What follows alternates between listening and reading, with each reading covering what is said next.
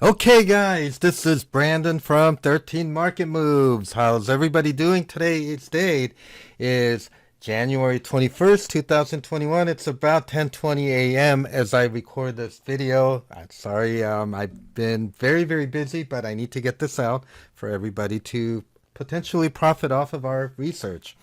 Okay, so the stock in question is IBM, and they are set to report Q4 2021 earnings this afternoon, after hours. And the question is, does a new CEO make all the difference for this laggard tech stock that basically is a shell company? Okay, it's not where it used to be, and they're lagging behind everything. So our research at 13 Market Moves points to the following. Okay, so let's get moving. Okay, so a couple of things. I know that a lot of you made a ton of money on this, and I know some people don't like going in for seconds, and but I'm here to tell you that seconds are always good. Okay, we made a ton of money in our Q3, and that was a glorious call. And those of you that front ran it made a lot of money. The thing that I want to point out is that it's not going out of business per se, but they don't have any growth potential. When you look at their earnings per share or even on their revenue estimates, I mean, it's just stagnant. I mean, if they beat, they're only beating by a few cents. What really matters for the stock, because it's really boring. I mean, unless you get like one of these big beats, but then again on the revenue end they were light, and then the stock is only based on hype. And the latest hype is that they've had it with their previous CEO and they're bringing in new blood, trying to re-inject some enthusiasm and innovation at a company that used to innovate in the 80s, and it's basically a shell of itself, and it's behind everybody and all the initiatives that they're doing.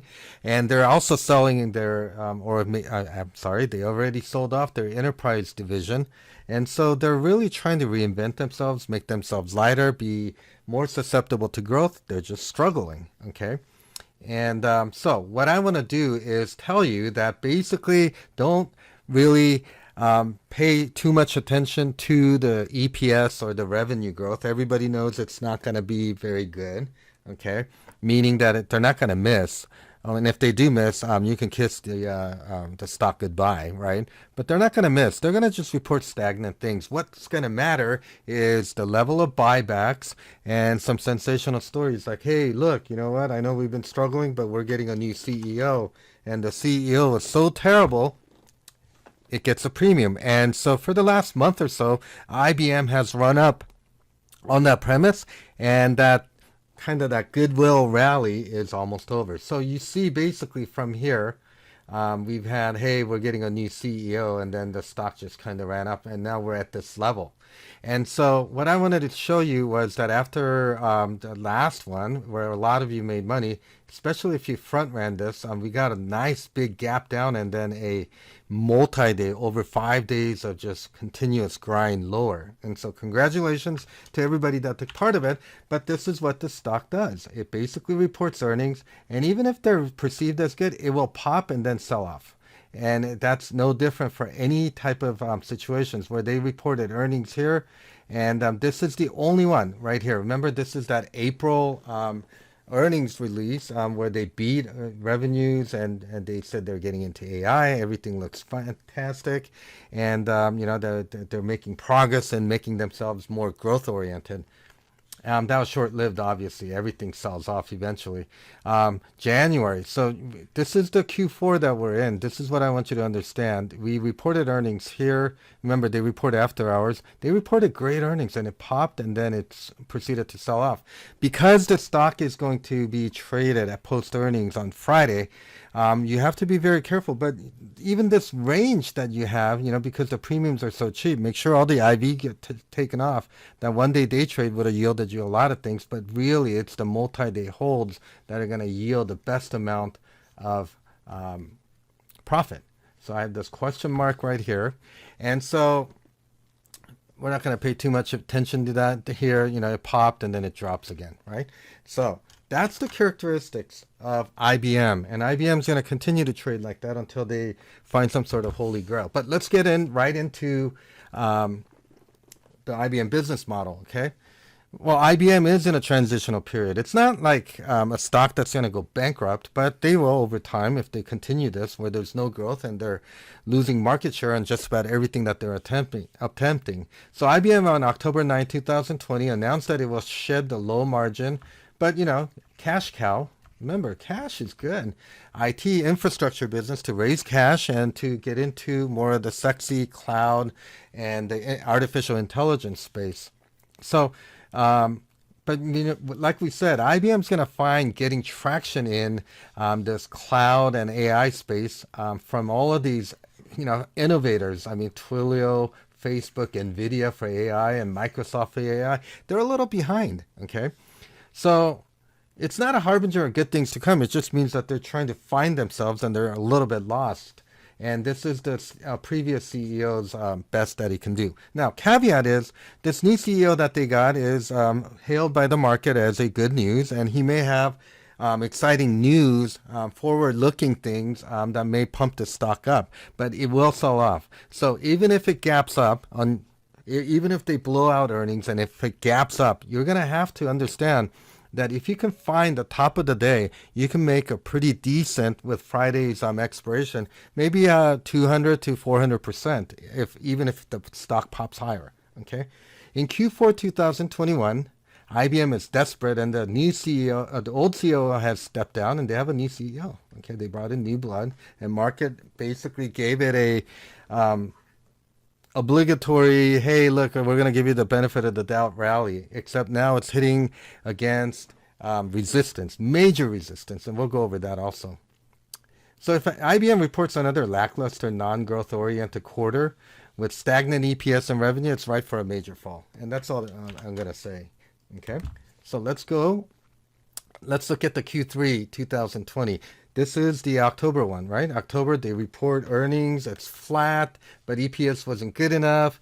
They're basically saying, hey, look, we're going to shed our enterprise IT infrastructure business and try to spin it as best as they can. They reported earnings and they freaking gap down and then goes for 1, 2, 3, 4, 5, 6 days of pure nirvana. Okay, a lot of people made 1,300 to 1,500% on this trade. Okay. So let's move on. Let's go look at Q2 2020. I'm just showing you kind of the characteristics of the stock. Okay, so they report earnings on July 20th. They report good earnings. Look what happened. Okay, so they gapped up, and then they popped a little higher and stall. Okay, and if you guys don't know what I'm talking about on stalling, click the link below, schedule a 20-minute consultation with our senior traders, and they'll show you how to identify these and what strikes to buy and how much to buy and what kind of ranges that we're looking at. But anyways, if you were able to get in and you sold towards the end of the day, you made from 130 to about 124. That's a $6 range on a Friday. That's phenomenal. You probably bought these contracts for 50, 60 cents and then ended up selling it for $5 or $6. So let's look at April 20th. This was the bullish quarter, right? Where they basically came in and they reported on April 20th, right? And then after hours, okay, they report earnings, and then it basically rallies up after it finds the bottom. Okay, that's the other thing. You got to understand, stalling works both at the top and at the bottom, and then it just ran up because actually it was construed as bullish. They're kind of the forward-looking guidance. Remember, guidance is key for this stock. Okay, because EPS and revenues are going to be horrid. All right, now let's look at Q4. January 21, 2020 of last year. What did it do? It basically 21st reports good earnings, guides higher, everything's great. They see the light at the end of the tunnel. Stock opens up, down, gaps up, and then it proceeds to move higher, right? So your job is to, on Friday, if it moves higher, you're going to have to buy the next week contracts and then buy whatever appropriate puts and then write it down for multi-day, for swing trade. Okay, this is how you're going to make money on IBM. But you can also have day traded this if you can find the top, and you could have sold out at 137, so you could have made about 3.5 points. Okay, and if you're buying these as it's rising, and you buy the 139s for like 50-60 cents, geez, $2-3, that's not bad. All right, so let's look at Q4 2019. What is its behavior? It was very bullish. They earnings after hours, they guided higher. They said, hey, we're buying back a ton of crapload of shares, and kind of like what Netflix just pulled. And it pops, gaps up higher, and goes higher, and it stalls out, and it starts to sell off. So you got to find this. There is opportunities at 122, and went all the way down to about 118 level, right? Find the pop, understand how to identify stalling, and then go after it. Okay, so Q4, January 19, 2017. Okay, this is January 19, 2017. This was really bullish. Everybody got fooled into thinking that IBM turned the corner. Everything was in great. Even though EPS was stagnant, they guided higher, and they just waxed optimism about their business. And so it just ran up, okay? So you'll see that they report after hours, and then they open, okay? And then they start to sell off. But remember, if you can't just blindly do that, right? If they start to sell off on low volume and there's no volume behind it, it's going to stall somewhere. You got to go long at that point, especially when the volume comes in on the long side and you want to go that way. Okay, so let's look at the daily technical picture right now, okay? When I took this, IBM was hitting the upper end of the Bollinger Band. There is a slight divergence from this area to here on the RSI, which is basically showing that there's some weakness. It's not at all bullish at all. It's hitting the top end of the Bollinger Band. This candle right now looks like this. Okay, so there we see all these little tail candles, right? Remember, the tail candles are indicative of what? Basically hitting a significant overhead resistance. Buy volume is low. Okay, I know the moving averages are all kind of converging, but they look like they're going to just converge back down. Look at this range. If they could get midline, past the midline of this Bollinger Band, I mean, we can really target 125 to 122, maybe even by tomorrow. So you just got to decide, are you going to play tomorrow's expiration or next week's expiration? MACD is kind of non-committal. I mean, it looks like it's kind of getting bullish, but these can easily turn back down and create a death cross. Okay, so basically CCI was overbought, and it's basically slowly selling off. I know what you guys are thinking. Oh my gosh, this is a cup with a handle, and look, they broke out and they got into a mini cup. Okay, but cup in a handle within a cup in a handle is also prone to break down. It's not a given that this works out. Sometimes these pattern breakdowns, when it doesn't work that way, has the best potential for a downside move. Okay, let's look at weekly. Okay, weekly is, you got the rising wedge right here. See that? Okay, it's at the terminal end, hitting the top end of the Bollinger Band. RSI is coming down. Basically, it's at the top end. So really, we're really targeting that 120 level. If really the earnings are not good, that's kind of the target. And maybe by next week, we retest this lower end. Who knows? But look at all these sell volumes are much more significant than these buy volumes, right? Denoted in black. Okay. Yes, the MACD looks like it's bullish, but it could easily turn back down. Okay. It's come from the bottom and it just peaked above. CCI is overbought. This is not at these levels. I mean, I would never tell you to short anything in the hole. That's just bad business. So let's move on. Okay, so key takeaway is that IBM is dependent on guidance and beating EPS and revenue and their share buybacks or whatever very, very flowery prognostications about how they're going to become growth-oriented and take leadership positions away from the leaders that I talked to you about.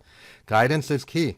IBM is, don't get me wrong, is a dying dinosaur unless they do something about it and reinvent themselves. And so they got the CEO, so they got that CEO rally, and now it's petering out. And what better way to come down after they disappoint again? New CEO change was welcome news, but that euphoria only served to put the stock at the high end of the range, ripe for picking for the short. Okay, it's almost a dream situation. The legacy IT infrastructure and maintenance business, okay, they're going to jettison that if they haven't done so already. I didn't see any news on it. Maybe they did. Some of you guys can maybe put that in the link below or in the chat and let us know. But optimism and cheerleading about COVID and AI, pop's going to be short-lived, and it's just going to give you an opportunity to short it. So watch the revenue and guidance and, the propaganda that they do, okay? If it's good, maybe it could go higher, but upside is pretty limited, in my opinion, unless they basically struck a deal or they're buying something that's going to give them something good, okay? So how do you play IBM at earnings? Okay, CEO change euphoria is almost done. Check. No significant improvement in its business. I haven't heard of anything that they're doing that's going to seriously challenge Facebook, NVIDIA's, the Salesforces, the CRM and cloud companies. Be patient and wait for a pop in the morning. It'll be short-lived. Q4 is generally a favorable month if they can wax optimism about their revenue, share buybacks, and that kind of thing. And remember, the only caveat is they have a new CEO, and if this guy's a good salesman, we can get a little pop on this. Expect to short the pop around 10:05 to 10:15 a.m. You got to confirm the stalling and short with Friday expiration puts. Okay, Friday expiration puts are probably going to be somewhere between $4 to like $10. Okay, in range. Or you could buy next week's. Okay, puts.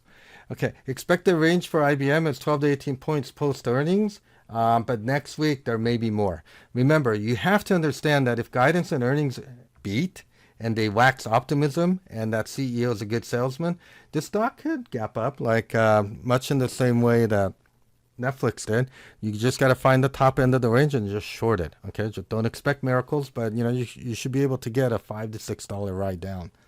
Okay, so if you want to learn how to do this, if you're curious about the stalling action, any of the technical analysis about the options that you might purchase, and how in the heck Brandon keeps calling out these stocks that look super bullish on paper and yet yields phenomenal returns, click the link below.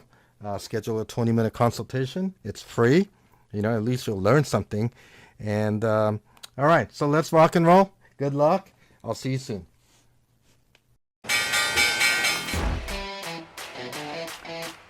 This was you at 9:30 this morning, feeling lucky when the market just opened up. Feeling lucky without any calculations. Now, this was you at 4:01 p.m. when the markets closed. Suddenly realizing that some calculations would have definitely helped you out today. And this is you now, trying to figure out how to get it all back. Great news! You're only 13 moves away from figuring it all out. Calculate your next trading move before it happens so you can celebrate each trading day. Get the 13 market moves formula today and begin to trade fearlessly.